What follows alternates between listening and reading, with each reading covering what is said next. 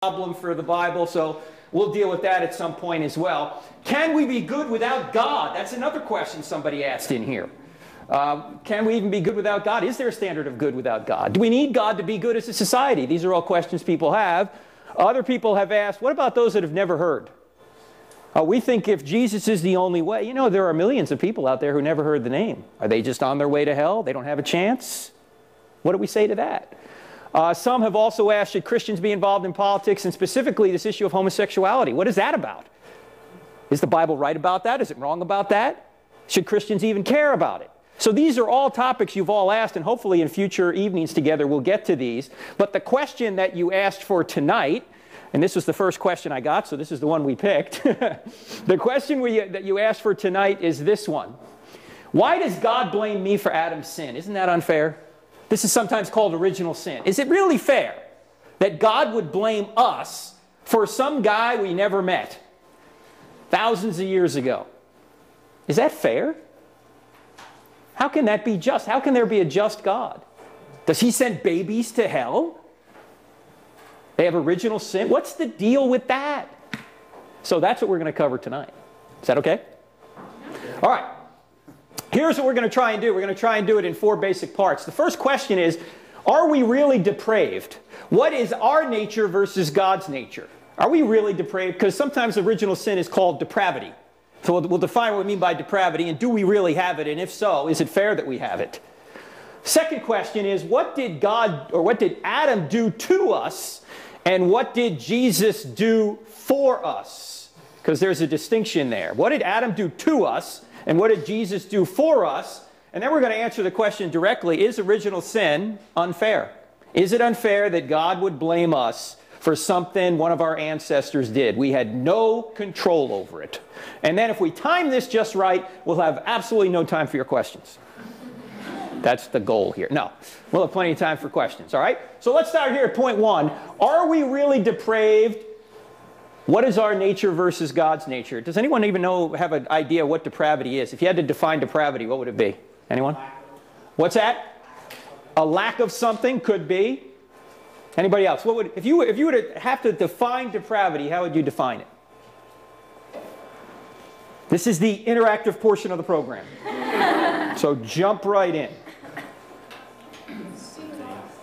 Something what? Go ahead. Hold on. Go say it in the back. Go ahead. No direction, being lost. All right, no direction, lost. What are you going to say, Landon? Something maybe we need to survive. Something we need to survive. We need depravity to survive? Depravity is something maybe, how do I say this? We are deprived of something, so we need something. Okay, all right, we're not saying we're deprived, but we're depraved. Okay. So, depraved. Have you guys heard this term before? Go ahead. Willingly choose to deviate. I'm sorry? Willingly choosing to deviate.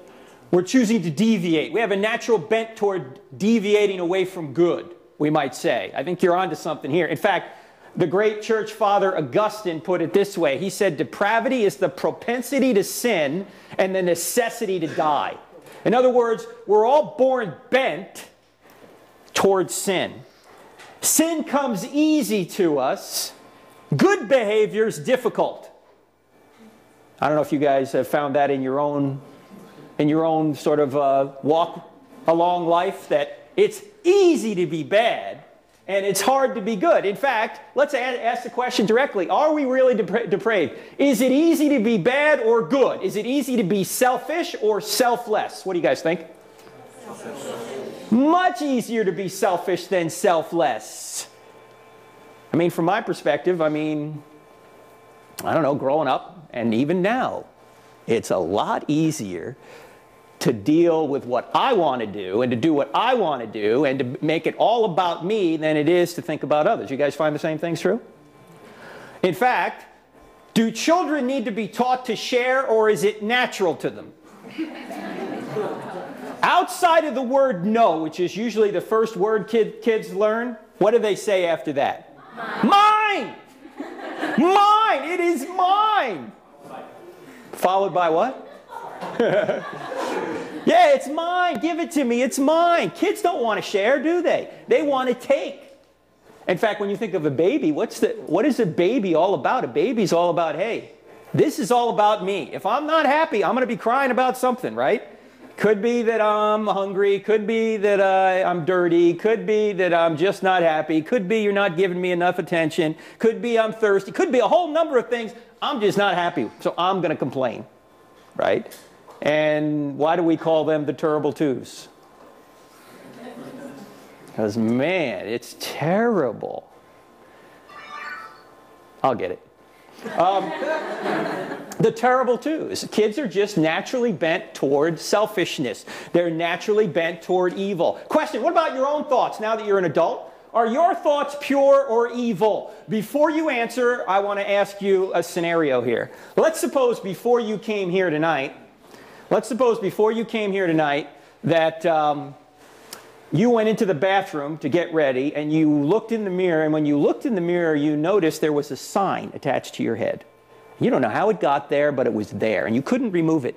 And this sign transmitted your every thought in big LED letters. Question, would any of you be sitting here right now? No, you would not. I wouldn't be here. I wouldn't be here in front of you with my sign. And you wouldn't be here with your sign either. Why? Why wouldn't you be here? Because your thoughts are evil. Your thoughts are naturally bent toward evil. They're bent toward selfishness. They're bent toward judgment, aren't they? When you meet somebody, most of the time, what are you doing? Man, that is an ugly shirt. Man, you know, you just kind of look stupid to me. Man, stay away from me. I mean, you're thinking about all these things, aren't you? Or this one's going to be competition for me. I better. Right? I mean, you're thinking those things. You're not thinking, oh, I just can't wait to skip through the fields of lilies with this individual. And to give everything I could. Well, you may have that if you fall in love. That might happen. But most of the time, it's evil. You have evil thoughts. And if your sign was attached to your head, you wouldn't be here, and neither would I. Another question on depravity. What is the basic history of humanity? Is it good or is it evil? Evil. Why do you say it's evil? War. Yeah, the world's been at war. I don't know if there's probably never been a time it hasn't been at war, right? We're always at war with somebody's always at war. Let me ask you a question. If all of the policemen took a vacation and all the government went away, do you think we would have a peaceful society? No. What would happen? It would be chaos. It would be anarchy. People would be out for themselves. Just take away all the restraint. Take away all the safety measures that we put in. Take away all law enforcement. What happens? Our natural selves just come out. We go evil. Totally evil. About 2 months ago, I did a little Reformation trip. When I say Reformation trip, we did a Reformation World War II trip. We started in London with a couple of my sons and a friend of mine who's kind of the Christian Indiana Jones. His name is Bob Cornuke.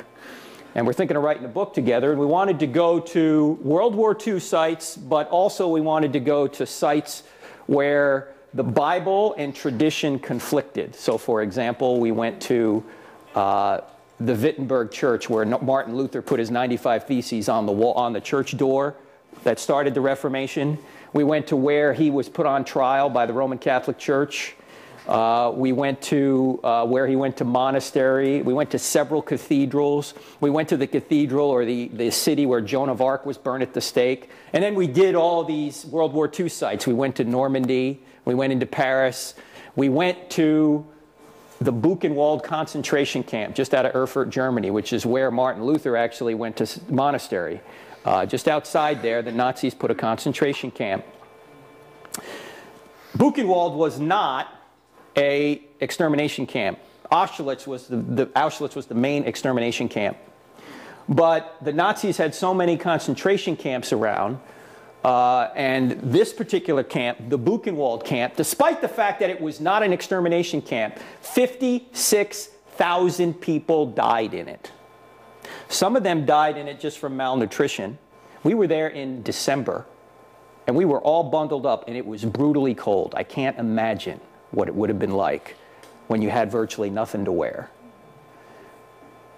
In the crematorium, which is still standing, 1,200 people in the basement of the crematorium were strangled.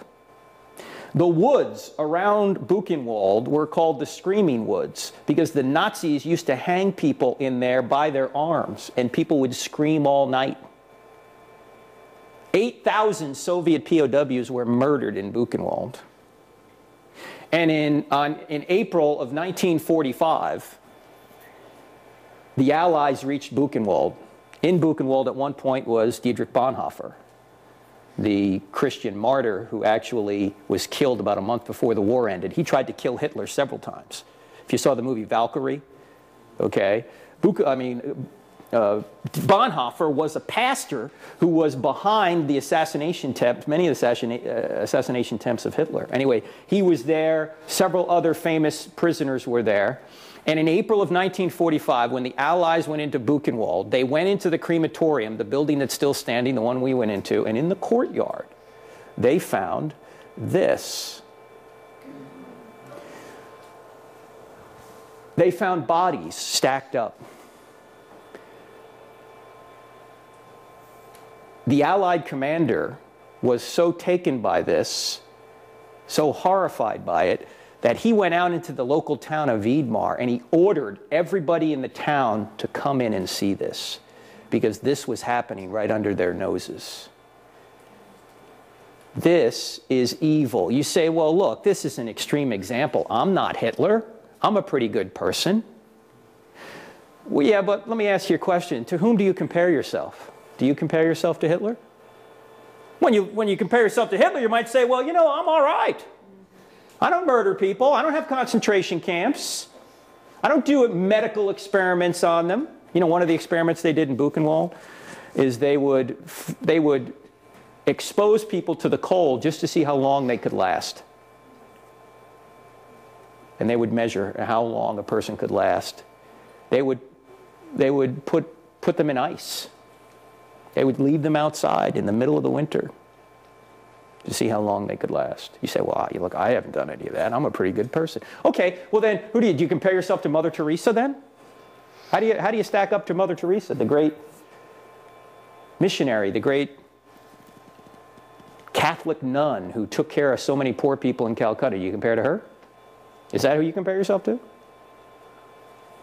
We shouldn't be comparing ourselves to either of these individuals. Who should we be comparing ourselves to?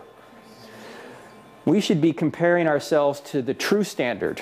The true standard of morality is God. We measure ourselves against God, not against these people. We certainly don't measure up to Mother Teresa. Maybe we're better than Hitler, but we've got the wrong standard.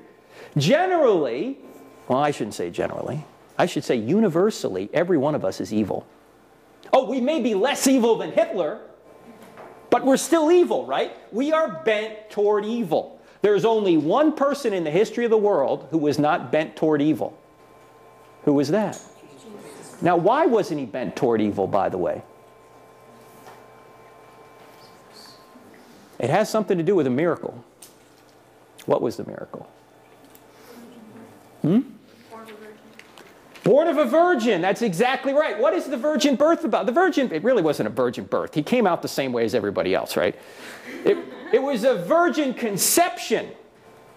You say, well, that was just a miracle, right? No, it wasn't just a miracle. It was a miracle that actually prevented him from having the sin nature.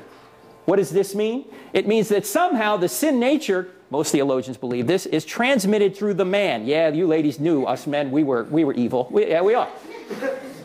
Mary did not give Jesus the sin nature. The Father could give Jesus the sin nature, but since Jesus' Father was the Holy Spirit, directly from God, he didn't have a sin nature.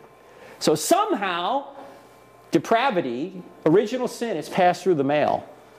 The virgin birth ensured that Jesus would not be someone that had the sin nature. What's wrong with the world? G.K. Chesterton was a writer a number of years ago in the last century, and there was a newspaper that actually asked this question. It was a kind of an editorial A newspaper posed the question, what's wrong with the world? G.K. Chesterton wrote a brief letter in response. Here's what he said. He said, "Dear sirs, I am sincerely yours, G.K. Chesterton." That's true, right? If all of us said, you know who the problem is? I'm the problem. That would solve it, wouldn't it? We realize we're the problem. How many times have you heard people say, well, why doesn't God stop all the evil in the world? What's the answer to that? There's a number of answers, but one of the answers is this. Because if he did stop all the evil in the world, he might start with you. Because we all do evil every day. Why are we always pointing at the other guy? You see that guy over there? Hey, it's God, stop him. He's doing evil. Yeah, but you're doing evil too. Oh, maybe not to his degree, but you're still doing evil. If God stopped all evil, he'd have to take away all free will, including ours. We're the problem. By the way, why is our country a mess right now? Whose fault is it? Ours. Oh, it's our fault. It's the church's fault. Our country wouldn't be where it is right now if the church had been doing its job from the very beginning. But the church hasn't. The church hasn't been salt and light. We haven't been salt and light. We haven't evangelized people. We haven't put the right people in office.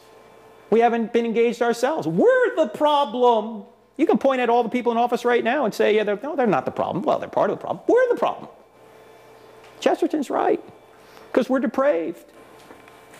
In fact, speaking of our government, there was nothing ever pithier said than this by James Madison, who wrote really our Bill of Rights, the first 10 amendments to the United States Constitution. Here's what Madison wrote this is really regarding depravity. Check this out. I haven't seen a better quote than this. Here's what he said. He said, if men were angels, no government would be necessary. Think about that. If we were angels, would we need anybody to govern us? Would we need anybody? Would we need police? Would we need the military? Would we need anybody? If we were naturally good and bent toward good, we wouldn't need the government. We wouldn't need police. We wouldn't need all these protections. But the very fact that we're bent toward evil is the reason we need them. So, let's take a look at what some of the Bible says about the state of the human heart, depravity. And I'll just list a few of these. We could spend months doing this because it's throughout the whole Old Testament and New Testament. Let me just give you a few scriptures you can hang your hat on here to talk about depravity. And you know in our book, I Don't Have Enough Faith to Be an Atheist, we give evidence that the scriptures are true. So read that book and then we're here. We're right here and we're saying, okay, the Bible's true. Let's see what it says about what we're talking about. In Genesis 8, the Noah story. The Lord smelled the pleasing aroma from the sacrifice and said in his heart, never again will I curse the ground because of man, even though every inclination of his heart is evil from childhood. Every inclination. We're inclined toward evil. Now, let me point out one thing about ancient Near East literature, which is what this is. Yes, it's inspired by God, but it was written in the culture of the ancient Near East. Ancient Near East literature, much like even some of the New Testament, is written and uses hyperbole or exaggeration. Not every inclination of your heart is evil, literally every, but what it's saying is that you're bent toward evil. Like when Jesus says it's better for you to cut off your hand or your foot rather than wind up in hell. If it causes you to stumble, cut it. Does he literally mean? Or when he says, you should hate your parents if you love me. Does he literally mean that? No, what he's trying to do is draw a strong contrast so you understand that your allegiance to God is number one. He doesn't literally mean hate. This is just an exaggerated way of trying to make a point. And we do this all the time in our own language, don't we? Oh man, that car cost me an arm and a leg. We don't literally mean that. That's just a strong way of saying that it was an expensive car. It communicates better when you say something like that. And so does the same is done here. So this is in the context of right after Noah. That's the context. You always have to know the context before you try and figure out what a verse means, right? In fact, a friend of mine, Greg Kokel, at Stand to Reason, he says, never read a Bible verse. What does that mean? Never read a Bible verse. What does that mean? And read around it, try and figure out the context, because you can yank anything out of the Bible and make it mean what you want it to mean. You got to figure out what the context is about, right? Who's it written to? Why is it written? When's it written? What's it writing about? What's the subject matter here? Let's go to another verse that talks about depravity. This is Psalm 51. Surely I was sinful at birth, sinful from the time my mother conceived me. Who said this? What's the context of this? Does anyone know? David.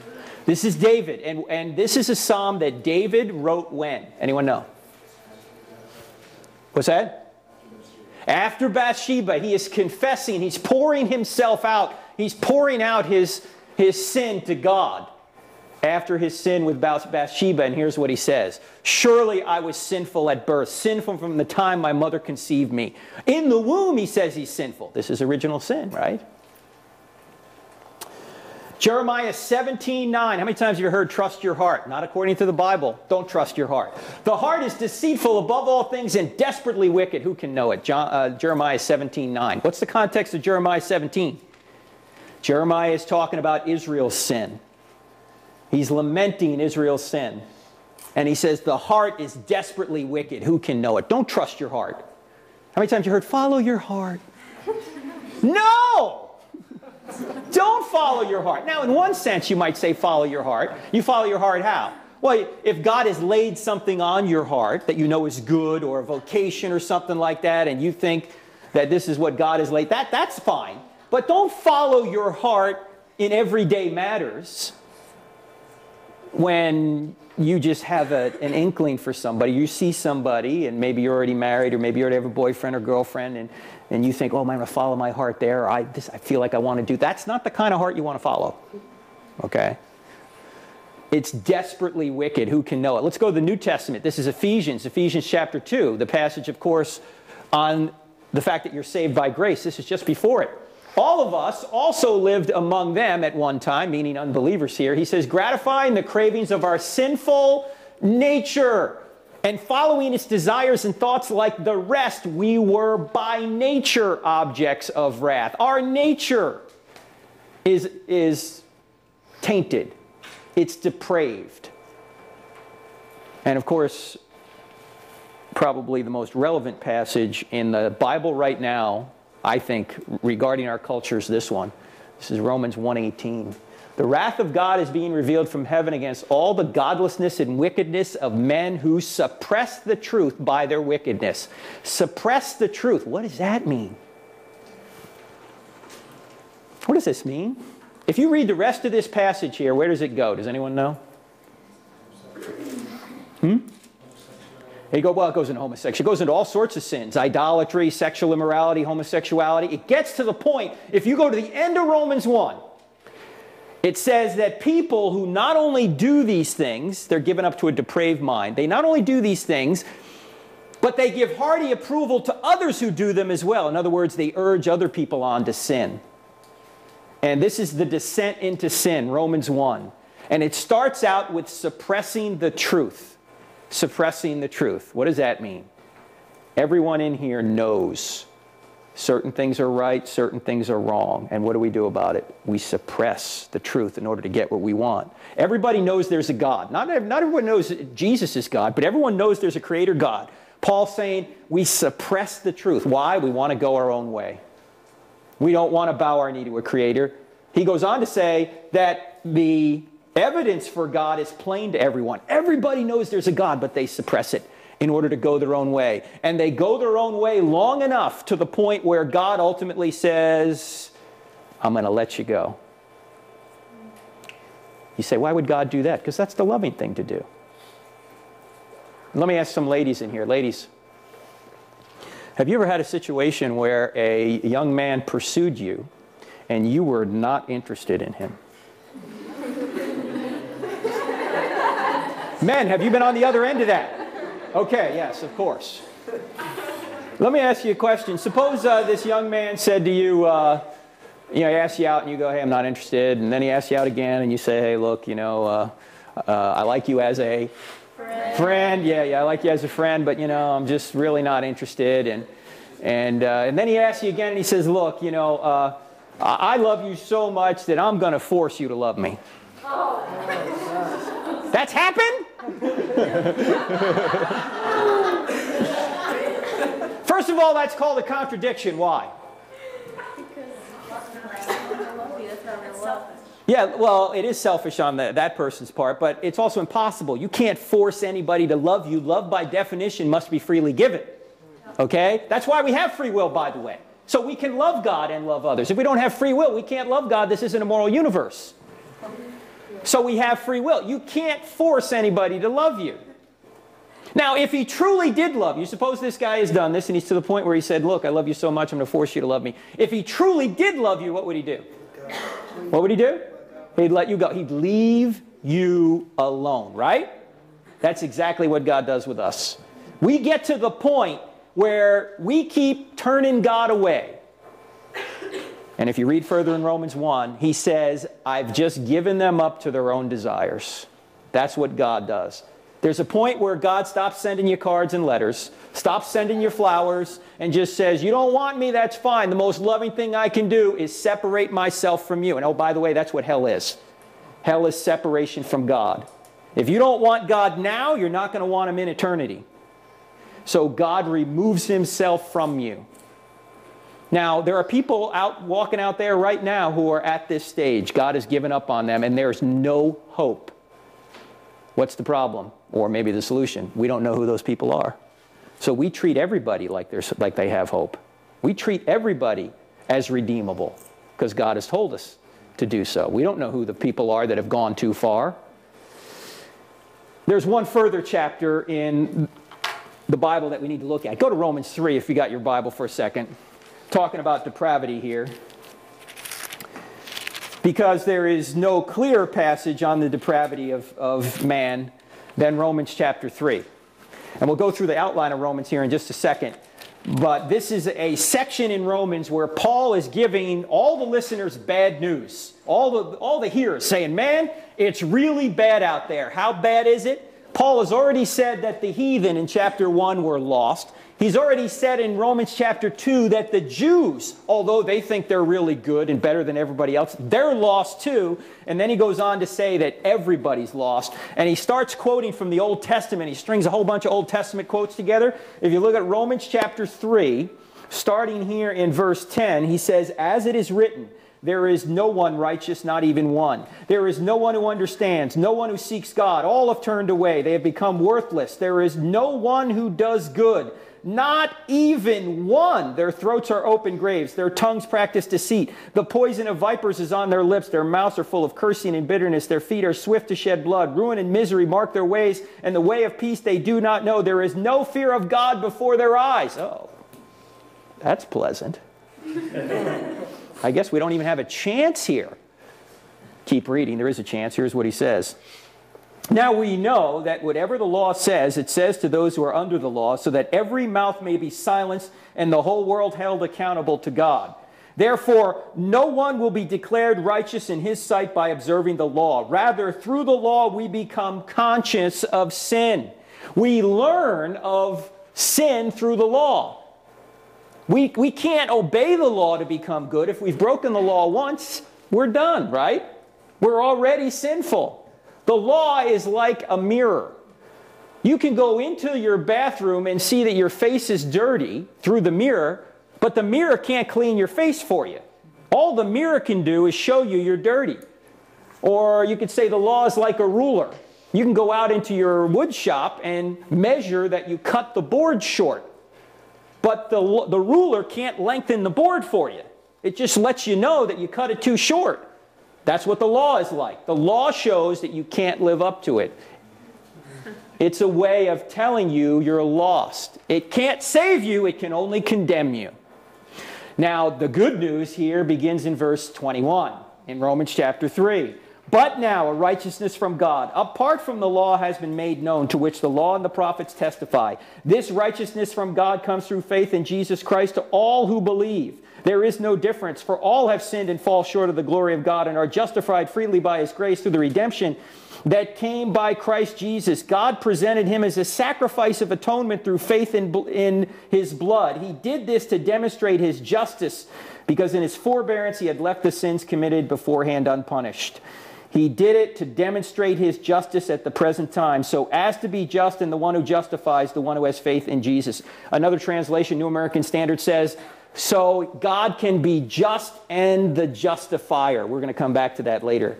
But here's the good news right here. After all the bad news in the first 3 chapters of Romans, you're all depraved, you're all lost, no one's doing good. There's a solution. One has done good. Whoops, one has done good. And he is the one that's going to save us. That wouldn't have been good as a kick save. Kick save and a beauty. So we're depraved. According to our own experience and according to the Bible, we're depraved. You say, okay, what about God's nature? What is his nature? We know our nature is depraved. What about God's nature? God is the standard of infinite justice. And this is throughout the scriptures. I'll just give you a few of them that you can jot down and look up later. But the Bible talks about God being the very standard of justice. First of all, in Genesis 18, it says God is the one that does right. He is the standard of all righteousness.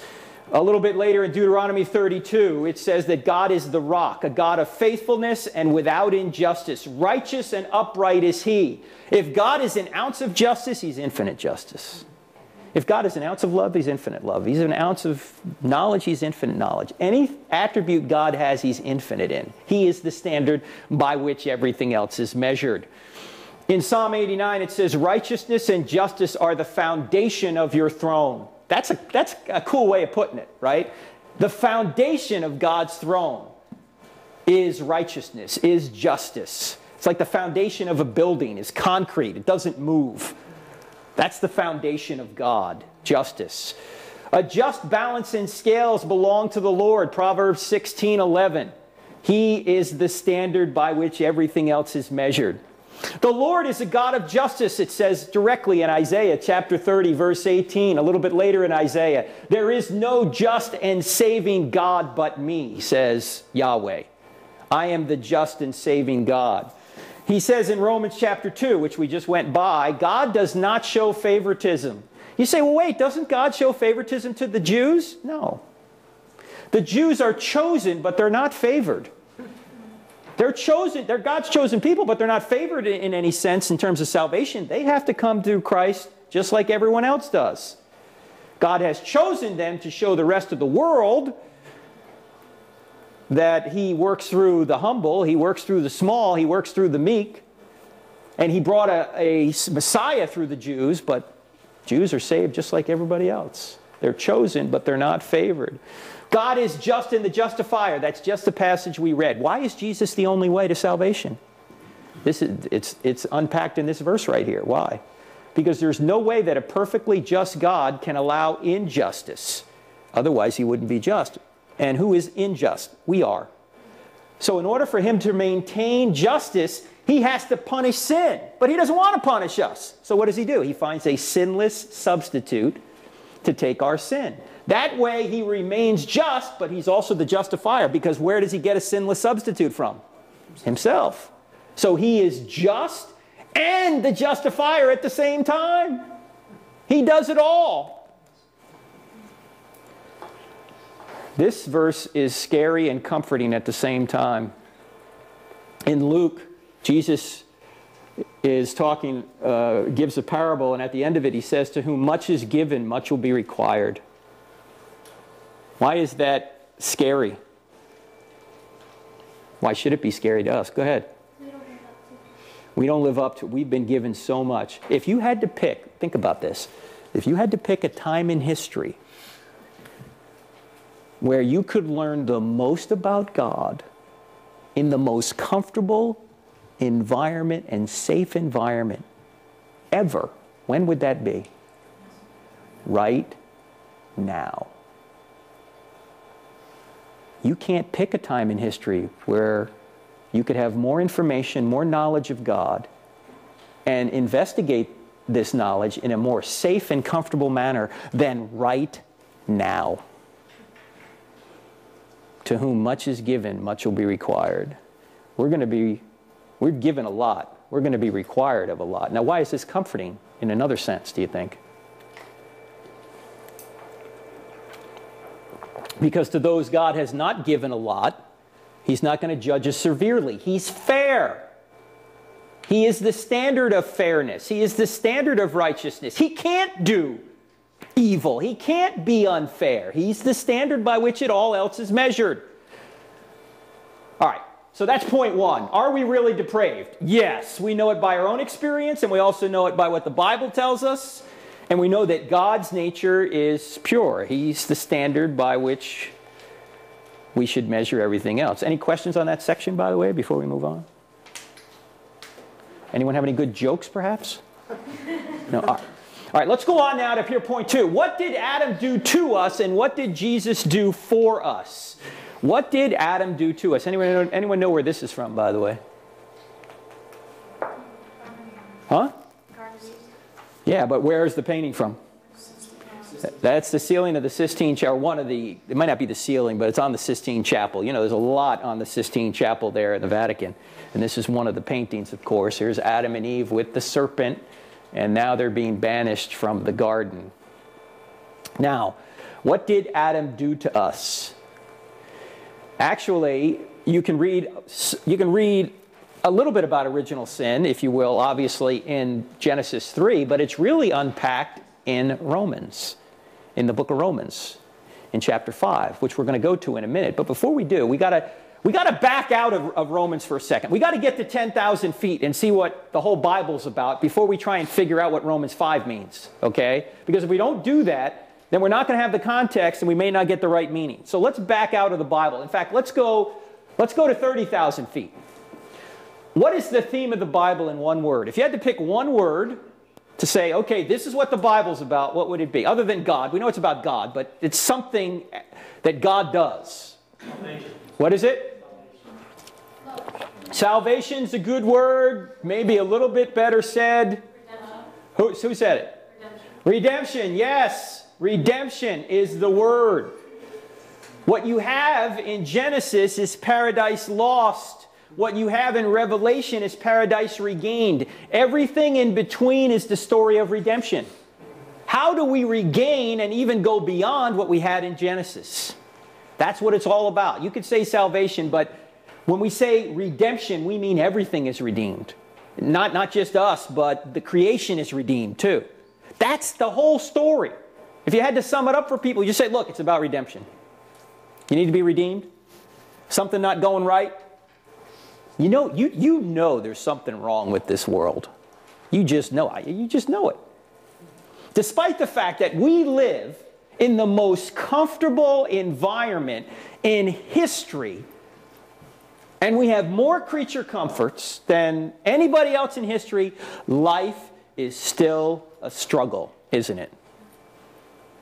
It is. It's hard. You realize there's something wrong with this world. Now, by the way, what is the purpose of the whole Bible? There's the verse. I gave it away. What's the purpose of the whole Bible? The theme of the Bible is redemption. So what's the Bible trying to do? Huh? It's like an instruction manual. It kind of is, but it's not as technical as an instruction manual. It's trying to tell you about what? That we need to be redeemed. That we need to be redeemed, okay? 2 Timothy actually tells us, and by the way, the last book Paul wrote is 2 Timothy. Here's what he says. But as for you, to Timothy, and to us by extension, continue in what you have learned, how from infancy you have known the Holy Scriptures, which are able to make you what? Wise for salvation through faith in Jesus Christ, or for faith in Christ Jesus. All Scripture is God-breathed and useful for teaching, rebuking, correcting, and training in righteousness, so that the man of God may thoroughly equipped for every good work. The purpose is not to tell you about the dinosaurs, okay? But it might tell you about that if it has something to do with the story. Remember, the Bible can't tell you everything about everything. No book can. It's a very limited book, and it's still too long for me to totally grasp, right? Most of us in here can't grasp this, so it's too long. There's too much going on. Imagine if God had to add everything else to the book that we needed to know, about the rest of life. The purpose of the book is not to tell you everything about history, not to tell you everything about science, not to tell you everything about mathematics or logic or any of that, all that is used in here. The purpose of the book is to make you wise unto salvation, and then to equip you to do good works. That's what it's for. That's what it's for. Now, salvation doesn't just include fire insurance. Okay?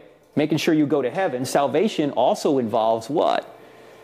You being sanctified so that you can be a better ambassador for Christ here on earth. And you can become more like Him and, in fact, enhance your capacity to enjoy Him forever. So, let's take a look at the New Testament. The New Testament's broken into 4 basic areas. 4 basic areas. Anyone know what they are? 4 basic areas, New Testament. Gospels are one. That would make sense. That deals with the history of Christ. What's after that? Acts. Acts is the propagation of Christ. Acts covers, it picks up where Jesus left off, basically. It has the first chapter a little bit about Jesus, then He ascends to heaven. And then it's the propagation of Christ through the ancient world from about 30 AD to about 62 AD. That's where it ends, about 62 AD. Paul's under house arrest in Rome. It's about 62 AD. What's the next section? Letters. Letters or epistles. That's the application of Christ. Pound for pound, word for word, the most relevant section of Scripture for daily use is probably the epistles. Why? It was written for us. Huh? It was written for us. It was written for us, and it already knows all the revelation before it. It knows all the Old Testament. It knows what Jesus came and said and did. It's written during the Acts, obviously. Much of it is anyway, for the same time period. But it's interpreting everything Jesus came and said and did. So, pound for pound, word for word, the epistles probably have more theology, practical, daily living theology in it than any other section of Scripture. Now, you can get some of this from the Gospels of too, don't get me wrong, but I'm simply saying word for word, they're applying in the epistles all the things that Jesus taught, everything the Old Testament taught, and so it's a very, very important section. What's the last section, by the way, of the New Testament? Prophecy. Yeah, prophecy, which is Revelation. It's not Revelations. I always hear people saying that. The book of Revelations. No, it's the book of Revelation. Okay? And that's the conclusion of Christ. That's the consummation of everything. Okay? Now, some of that, of course, is future, but these are the 4 basic areas of Scripture. Now, where's Romans, by the way? Which section is Romans in? Romans is an epistle. It's a letter. And unlike other books, Romans is not written to a group of people about a problem they're having. For example, in 1 Corinthians, the church in Corinth was having a problem with sexual immorality, so Paul writes 1 Corinthians. Then they didn't think Paul's an apostle, so he writes 2 Corinthians. In the church in Galatia, there was legalism, so Paul writes Galatians. In the church at Colossus, there was all sorts of problems, all sorts of heresies, so Paul writes Colossians. 1 Peter is written to suffering Christians everywhere. There's suffering going on. There's no known problem in the church at Rome. So what's Paul writing in Romans? He's writing basically the whole story of Christianity in a theological treatise. And the whole thing builds. And how does it build? Let's take a look at the outline of Romans. If you can get a handle on Romans, you have a good handle on Christianity. A real good handle on it. Because this is the book that goes from the very beginning to the very end on what Christianity is all about. It lays it out. In fact, they used to, in law school, they used to use this book to teach people how to write an argument. Romans. Because if you read Romans, you're going to see there's a skeptic in the book. You know, Paul will be writing along, and then someone will say, what about this? And then Paul answers it right there. So he puts a skeptic in the book. Now here's the big picture. Here's the whole outline of Romans in 2 lines. The first 11 chapters, chapters 1 to 11, is how to get right with God. How to get right with God. Next section is chapters 12 through 16. That's how to live right for God. So how to get right with God is chapters 1 through 11.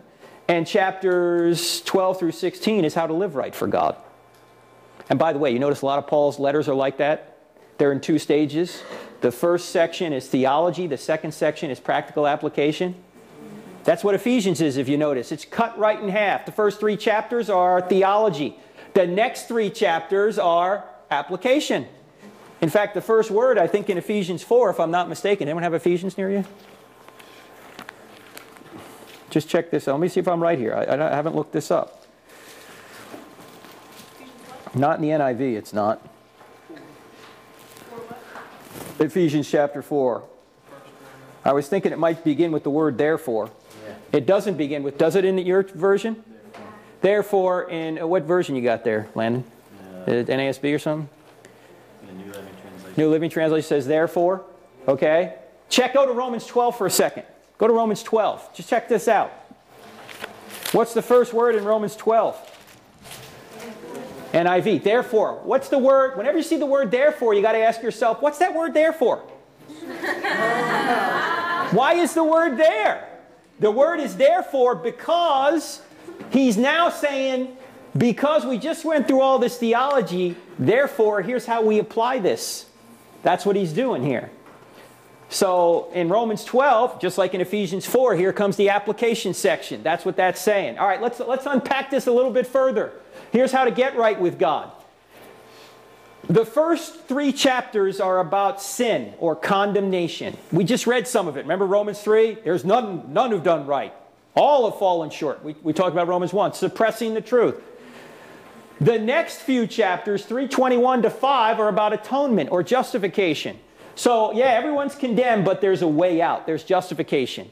And how does that way come? Through Christ. The next section is grace or sanctification. The official word, theological word, is sanctification. Chapters 6 through 8:17 is all about sanctification.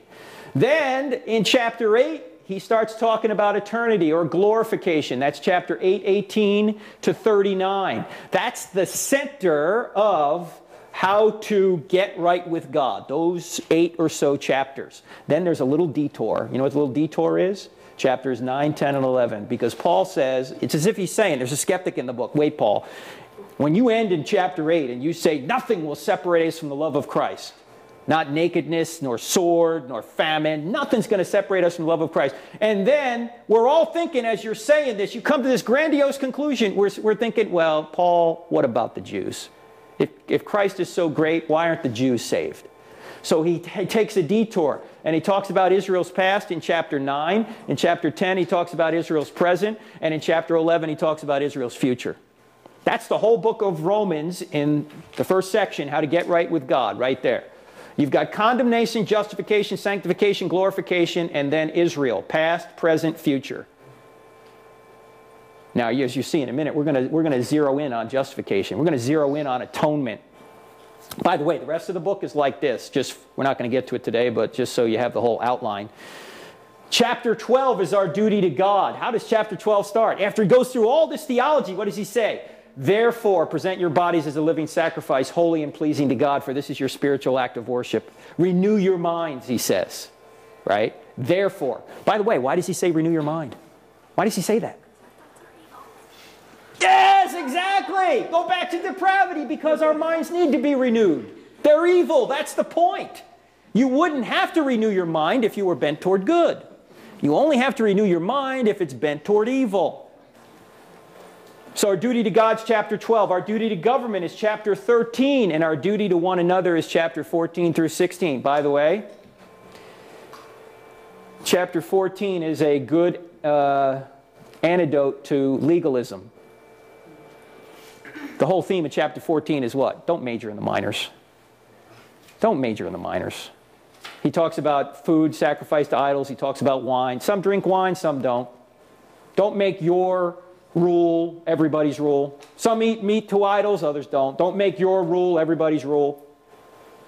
In fact, if you read that chapter, the weaker brother is the one with more rules. The stronger brother is the one with fewer rules. He doesn't need the rules, or she doesn't need the rules. Anyway, more on that later. Maybe we'll get to Romans someday. If you want to remember this easily, think of the acronym SAGE. Paul is a sage. Sin, atonement, grace, eternity. That's the first 8 chapters of Romans right there. Sin, atonement, grace, and eternity. Now let's zero in on where we are. As I mentioned, original sin is really brought forth in Romans 5, verse 12 through 21. So go to Romans 5 if you would. Romans 5. Romans chapter 5. How are we doing on time here? Everybody good? Are we good? Okay. Romans chapter 5. And in verse 12. Therefore, whenever you see the word therefore, you ask yourself, what's that word? Therefore. Paul just said that while we were still sinners, Christ died for us. He just said that in verse 8, and he's basically saying Jesus is the way to salvation. So he says this, he says, therefore, just as sin entered the world through one man, and death through sin, and in this way death came to all men because all sinned. Before the law was given, sin was in the world, but sin is not taken into account when there is no law. When was the law given? When? Moses, okay. Adam is way before Moses, right? He's saying the law wasn't given to Moses. Now, it's important to know, by the way, it's important to know we're in this section, justification. Why? Because there was law given, but not the kind Paul's talking about here. What was the law given prior to the Mosaic law? The law written on the heart. He's already pointed that out where in Romans? Anyone know? Huh? Romans chapter 2. Nick has it. Romans chapter 2, verses 14 to 15. He says the Gentiles who do not have the law are a law to themselves because they have the requirements of the law written on their hearts. Have you heard that before? How did our country begin? We hold these truths to be self-evident that all men were created and endowed by their Creator with certain unalienable rights, among them life, liberty, and the pursuit of happiness. You know where Paul got some of that from? It's Romans chapter 2. Not that he had to go to Romans chapter 2 to learn it. He knew it himself. Everybody knows it. Everybody knows basic right and wrong. It's written on your heart. The law was given, the natural law or the moral law, our founders called it nature's law. The law was given long before the Ten Commandments. Do you need the Bible to know right from wrong? No, you don't. Not on basic right and wrong. Everybody knows basic right and wrong. You may get more details here, but no, you don't need the Bible to know basic right and wrong. Everybody knows it. And for those that say you need the Bible to know right from wrong, the rejoinder to that is to say, first of all, that's not what the Bible teaches. But secondly, that would make God unjust. Why? What did he do to the generation of Noah? He wiped them out. Why? Because they were sinful. Well, how could they be sinful if they didn't know the law? It wasn't just original sin he's talking about there. He said that their hearts were inclined toward evil and they did evil. So everybody knows the moral law. That law was given, but that's not the law Paul's talking about here. He's talking about the Mosaic law. It hasn't been given yet. He says, nevertheless, death reigned from the time of Adam to the time of Moses, even those who did not sin by breaking a command, as did Adam, who was the pattern of the one to come. So, yeah, the law hadn't been given to Moses, but everybody died between Moses and Adam, except for who? Was it Enoch taken straight to heaven, something like that? Yeah, he was taken straight up. He was beamed up. But check this out.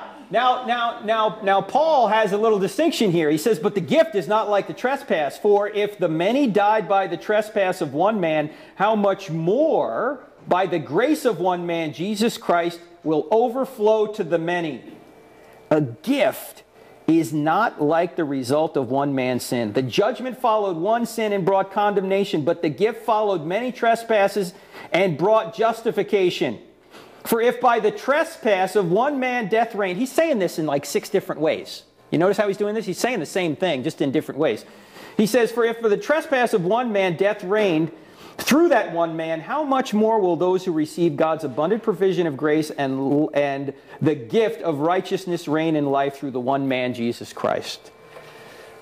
What's he saying here? Let's draw a 2-column chart. If you ever want to try and make a point and draw distinctions, make 2-column charts, because 2-column charts really show you how to distinguish between one and the other. You've got 2 men here. And the Bible, particularly Romans 5, talks about the first man, or the old man, that's Adam. The new man is Jesus. And what do those 2 men do? Adam does this. He brings a trespass, which brought death, which of course resulted in judgment, or judgment ultimately brought death. This infected all of humanity. Now, it's not my fault personally. It's not your fault personally that he did this. It's not your choice he did this. He did it without our choice personally. And also, you just get it by being born. You just have it. Now, Jesus, on the other hand, he was obedient. Where Adam was the trespass, Jesus gave us obedience. This brought life. It brought justification, which is what Paul's talking about in Romans 3 through 5. It perfected humanity. Humanity was infected, now it's perfected. Now, it's not my merit or your merit that perfected humanity. It is your choice, though. It is my choice as to whether or not you're going to accept that perfection. And you don't get it by being born. You get it by being born again. So this is the basic difference. Now, a little theology for you here in terms of what some theologians call the federal head. Does anyone heard that term before? The federal head. What does that mean? 3 branches. What's that? 3 branches. Well, that's what it means in our government. But in terms of Adam, it means that Adam was our representative. That Adam filled in for us. What he did, we did in terms of his sin. You say, well, that's not fair. You're going to see why that's not true here in a few minutes.